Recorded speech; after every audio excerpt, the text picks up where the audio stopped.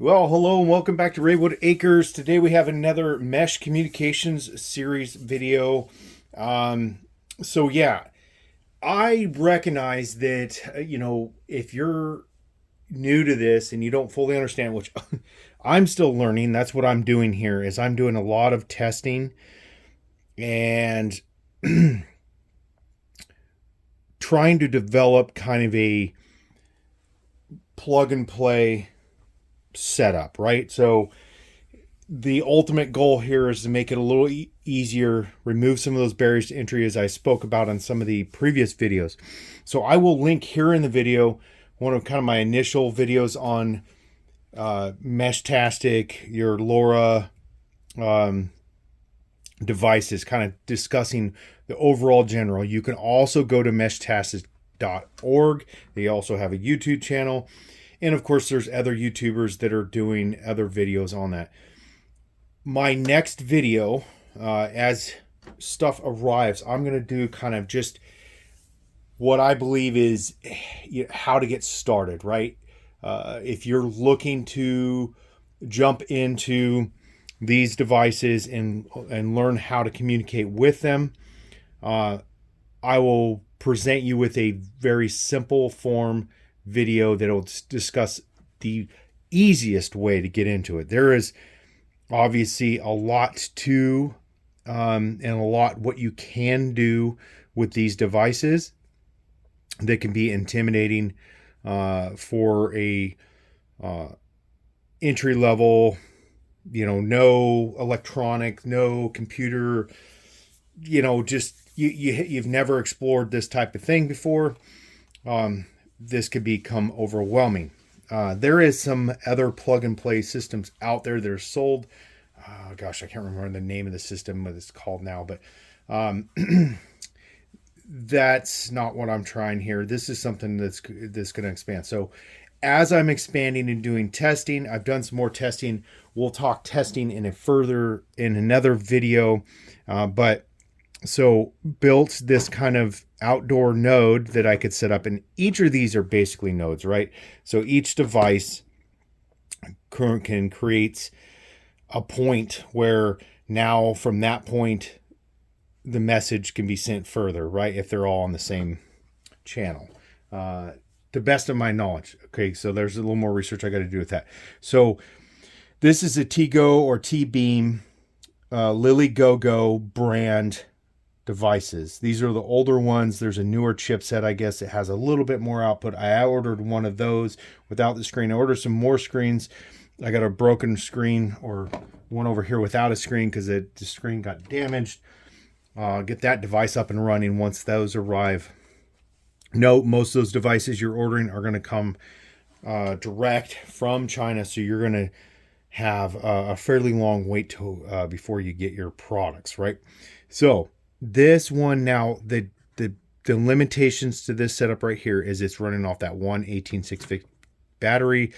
I haven't done full testing, but we're looking at, I would say 10, maybe 12 hours off that battery.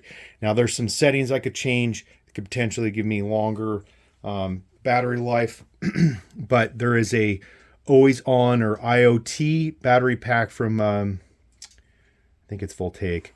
I'll put it here in the video that I ordered. I'm waiting for that to arrive. It's the smaller one. I will probably have to use a larger enclosure to incorporate that. I'm also going to incorporate this solar panel here. There's some other solar panels that I would like to use that are smaller, but this is what I could find off of Amazon right now. It is a USB output. It is from SoShine, and it is a 5 to 6 volt output, right? In a 6 watt thing. I already tested it out with the micro USB plugged in, hooked it up to this device, and it started charging it, obviously outside in the sun.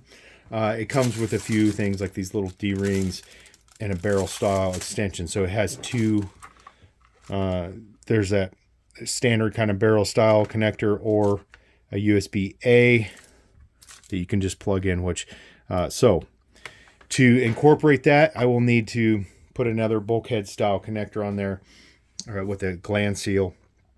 I'm going to see if I can find ones that small. I have another Pelican case that might work.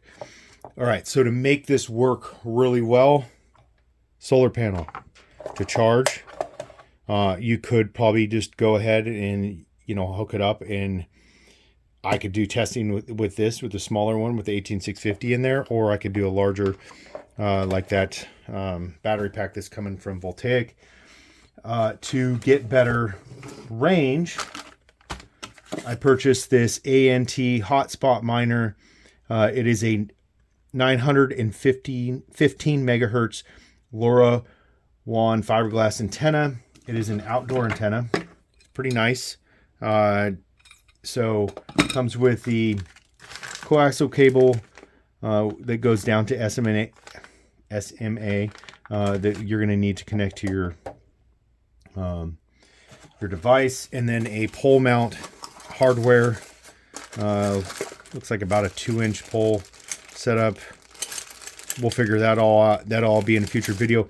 I have a old satellite tripod, metal tripod. I will probably set up in the backyard and do testing, because I have another permanent style pole up on a house that I have our cell phone repeater antenna on, or booster, that I'll probably add this to in the future to be able to expand my network locally.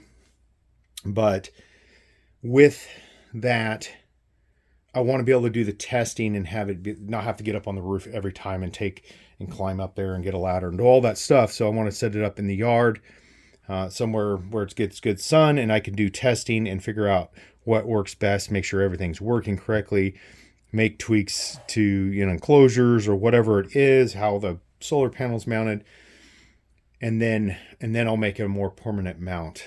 So yeah, this is a very cool program. Stay tuned for a lot more on this whole subject. My initiative here is, so there's another guy I'm going to put a shout out to.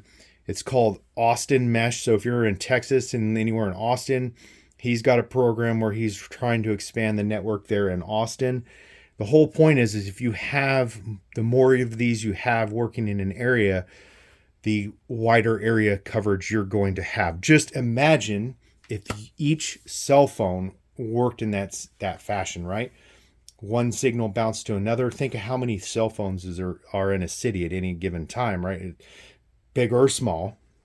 Nowadays, you're talking, from thousands to hundreds of thousands that are operating. And each one of those, if they worked in this fashion where they could work as a mesh network, you wouldn't need the towers, at least not within the city. So just imagine that. I'm going to work on here in Washington, future stuff, probably a year from now or 6 months from now, maybe even launching a website associated with it. So just basically the I-5 initiative to try to get as many of these devices at least operating up and down here in Washington State on the I-5 corridor, especially the kind of the central part of the state where you're going to have your major populations areas. So if you guys are totally interested in this, please subscribe to the channel. We have lots of stuff here on Ravenwood Acres. We're all over the place, but we're passionate about preparedness, and communications is a part of preparedness. Like, subscribe, check out our website, theravenwoodacres.com. Follow us at our other social media links, which are linked down below. And I will, of course, have product links also down below. Thanks for the support. Have a great day.